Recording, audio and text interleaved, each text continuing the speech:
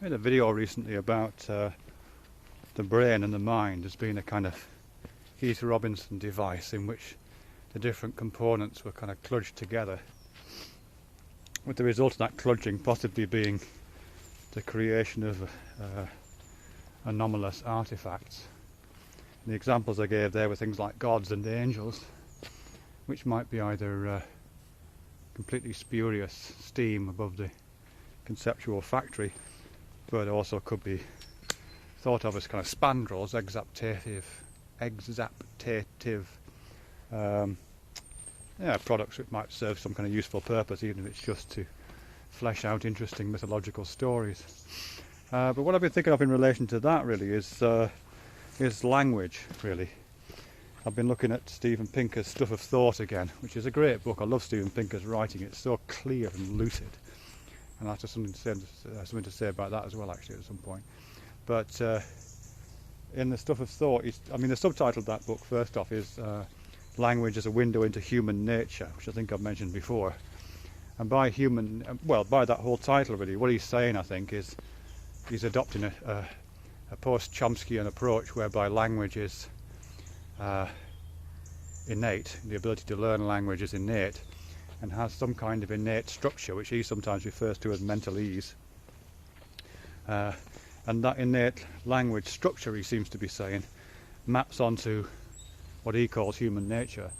But what I think he means by that is innate cognitive structures, the innate structures of the mind that we come into the world with, the kind of first draft organisation of the mind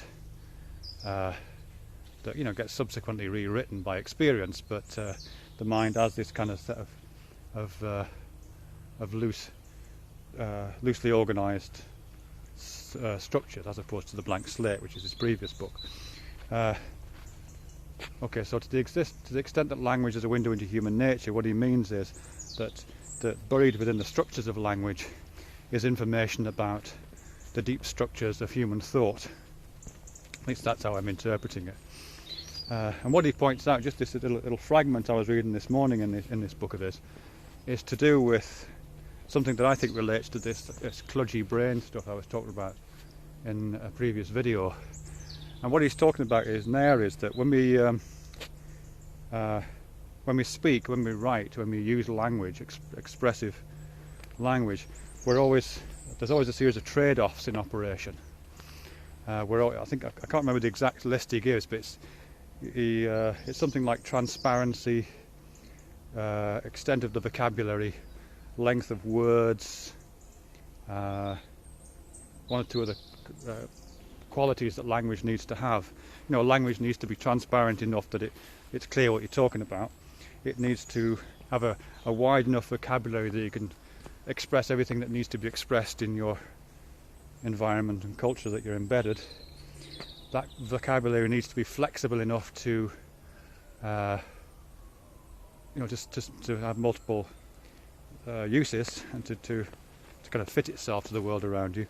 The words of that vocabulary can't be too long that they're unusable.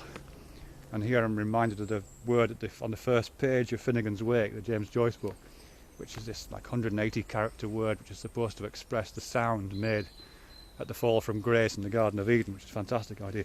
But words like that don't exist. Even that Welsh town that begins Llanfairpwll Gwyn is nobody ever calls it that. So words that are too long don't get used. Words that are too short have to be combined in very complex ways. So there's a set of optimals in operation in all languages, he says, and there are trade-offs between these different features. So if you make a large enough vocabulary, such that everything has its own name, it becomes unfeasibly difficult to. You increase the specificity of that language, but you decrease its usability because the vocabulary is too big. If you decrease the vocabulary, then you have to make the words longer because you need lots and lots of suffixes and prefixes and kind of hedging terms. So there's always trade-offs between these different parts, which means that there's no such thing as a perfect language. You can't get the perfect language that does everything that you want it to do completely optimally. And as a result of those trade-offs, you get these weird glitches. And those glitches are very similar to the kind of glitches that you get in lived experience. He does this really nice analysis of spatial terms like in front of and behind, and how we use terms like that in different situations to mean actually quite different things. I can't think of an example of that right now. Well, actually I kind of can really. I'm surrounded by these trees next to the River Dart, which is just gorgeous, I have to tell you. But and the tree is in front of me right now, from my perspective. But from the perspective of someone sailing down the river, the tree is not in front of them. Not just because they're located in a different point in space, but because objects like rivers have a different space attached to them. You know, rivers have a front and a back, if you like, as well as people having fronts and backs. So sometimes we orient space around ourselves kind of egocentrically. So front and back means in front of and behind me, but sometimes we orient it to objects. So the front and the back of a boat is nothing to do with where the person is standing, it's to do where the pointy bit is. And the front and back of a queue is not to do with any particular person or even the architecture of the room in which that queue is forming. It's to do with the orientation of the queue. So those terms all mean different things in different contexts. So it's a kind of kludgy and clunky. So why am I talking about that? Oh, I guess I'm just reflecting that that these linguistic terms which have these glitches in them are reflective of those conceptual ideas which also have glitches in them, which throw up weird anomalies because of the, as I say, the trade-offs and the compromises that have to be made between them.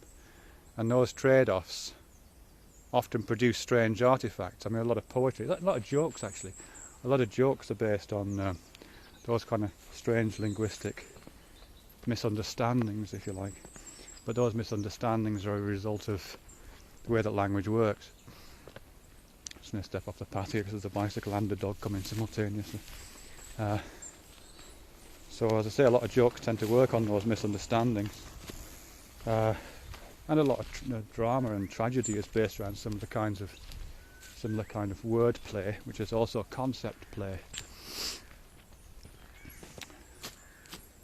Yeah, I don't really know what else I've got to say on that really, other than that's about it. In that, you know, to the extent that language is a window into human nature, and the structures of language, if there's anything in those ideas, maps onto the structure of cognition.